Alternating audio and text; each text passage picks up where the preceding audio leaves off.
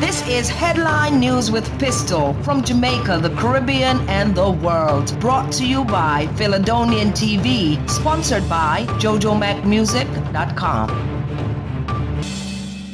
Hello everyone, I am Pistol, and this is your Headline News. Despite ongoing efforts by the United States to tackle gang violence and the trafficking of firearms to Jamaica, Deputy Assistant Secretary for Caribbean Affairs and Haiti, Barbara Feinstein, has admitted that there needs to be stronger moves to deal with the issue. She said, quote, "We recognize that illicit gun trafficking is an enormous problem here in Jamaica and of the broader region, and that the United States need to do its part," end quote. Feinstein stressed that through the U.S. government's support to the Caribbean community, CARICOM, there's a line item dedicated to dealing with illicit weapons trafficking, as well as working with individual countries in CARICOM to put together action plans. The last official report related to illicit firearms trafficking said that of the almost 1,500 weapons seized in Jamaica between 2016 and 2018, 71% came from the U.S. At the same time, Feinstein explained that there's also focus on local gangs migrating to the United States. Last month, members of a Jamaican gang were implicated in a double homicide in Florida, which left them being targeted by the Lauderhill Police Department there.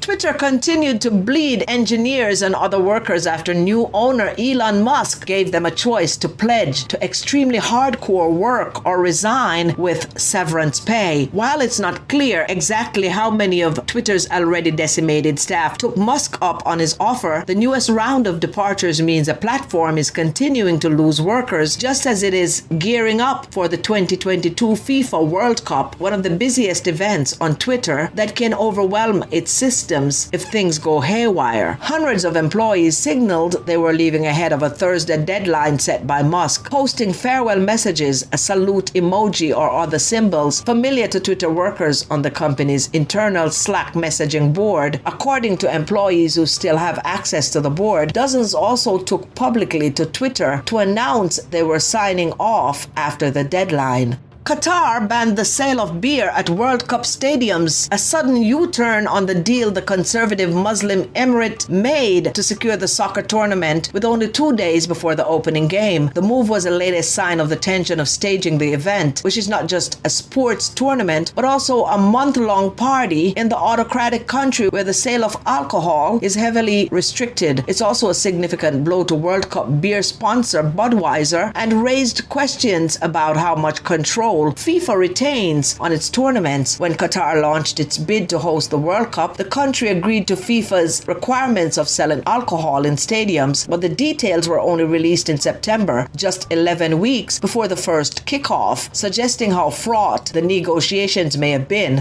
Canada's federal police force announced that a 51-year-old Quebec resident has been charged with terrorism in connection with his alleged plot to overthrow the Haitian government back when Jovenel Moïse was president. The Royal Canadian Mounted Police said, however, that the 3 charges against Gerald Nicholas were not related to Moïse's assassination on July 7, 2021. Nicholas is accused of leaving Canada, facilitating terrorist activity, and providing property for terrorist purposes. A statement from the RCMP, the Royal Canadian Mounted Police, said that these charges are the result of an integrated National Security Enforcement Team (INSET) investigation initiated after an exchange of information from the police. The investigation, which began in July 2021, revealed that Mr. Nicholas planned to stage an armed revolution in Haiti and ultimately seize power. It is alleged a murder convict who has been in prison for at least the past 2 years is reportedly still issuing orders for people to flee their homes in the Red Hills Road, Kasha Park area of St. Andrew, Jamaica, leaving many residents questioning why he's being allowed to continue his reign of terror. His latest victim told reporters that she and her immediate family were forced to live in a hotel for a month after refusing to pay extortion money to men who report to the convict, who is known to be a Don. According to her, numerous people have fled the community in fear of their lives. She pointed out that one woman in particular had to flee because thugs firebombed her house.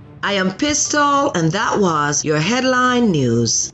That was Headline News with Pistol from Jamaica, the Caribbean, and the world. Brought to you by Philadonian TV. Sponsored by JoJoMacMusic.com. Let me sing, yeah, you know.